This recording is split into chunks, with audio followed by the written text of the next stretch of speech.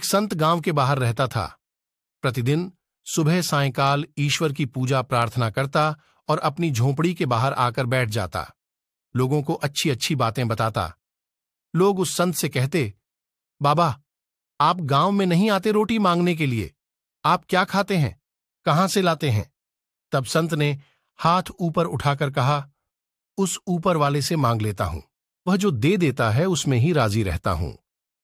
गांव के लोग हैरान रहते कि यह कभी गांव में आता नहीं है, किसी से कुछ मांगता नहीं है, फिर यह जीता कैसे होगा? बात फैलते फैलते राजा तक भी पहुंची। राजा ने सोचा, यह कैसा फकीर है जो रोटी भी नहीं मांगता, फिर भी उसकी सारी व्यवस्थाएं हो रही है। राजा एक दिन वहीं आ पहुंचा और संत से बोला, तुम राजमहल में आ जाया करो और वहां से खाना ले जाया करो, ऐसे भूखे रहने से क्या फायदा? संत ने कहा, मुझे कहीं भी आने जाने की जरूरत नहीं है, सुबह बा सायंकाल प्रभु जी का भजन कर लेता हूं, मैं तो अपने आप में मस्त हूं, ऊपर वाला जो दे देता है वह खा लेता हूं।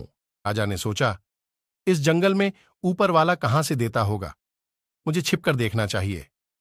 ऐसा सोचकर राजा वहां से चला गया। वहीं कहीं छिपकर राजा एक स्थान पर बैठ गया। ठीक दोपहर की 12 बजे उसने भगवान से प्रार्थना की, प्रभु जी, अब भोजन का वक्त हो रहा है, शरीर को भोजन की आवश्यकता लग रही है, फिर आगे आपकी इच्छा। तभी उधर से एक राहगीर निकला। वह खुद ही झोंपड़ी के पास आया और संत की थाली में 2 रोटियां और थोड़ी सब्जी रख दिया और आगे बढ़ गया। राजा ने सोचा, वास्तव में भगवान की लीला भगवान ही जानता है, कीड़े को कण और हाथी को मण जरूर देता है।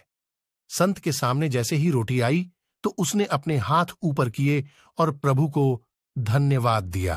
रोटी खाने के लिए हाथ धोकर आया, थाली के पास बैठा, आंख बंद कर प्रभु को शुक्रिया कहना चाहा कि तभी उधर से एक कुत्ता आया, मुंह में रोटी दबाई और भाग गया। राजा ने सोचा, अब देखते हैं भगवान की भक्ति कहां जाती है। अब तो यह संत लाठी लेकर कुत्ते को मारने को दौड़ेगा। पर यह क्या? उस संत ने तो फिर से हाथ ऊपर उठाकर कहा, तेरी रजा में हम राजी हैं, लगता है आज तू मुझसे उपवास करवाना चाहता है, चलो आज उपवास ही सही। और तब आराम से उसने उपवास का नियम धारण कर लिया और परमात्मा की भक्ति में खो गया। राजा झाड़ियों में से बाहर निकलकर आया और संत के चरणों में प्रणाम कर कहा, धन्य है आपकी साधना को, भक्ति को, विपरीत परिस्थिति में भी अद्भुत प्रसन्नता, सचमुच आप क्षमा के सागर हैं। धन्य है वह व्यक्ति जो अपने जीवन में आने वाली ऐसी विपरीत परिस्थितियों में भी अपने चित्त को प्रसन्न रखने में सफल हो जाते हैं। वो ही असली संत और योगी हैं।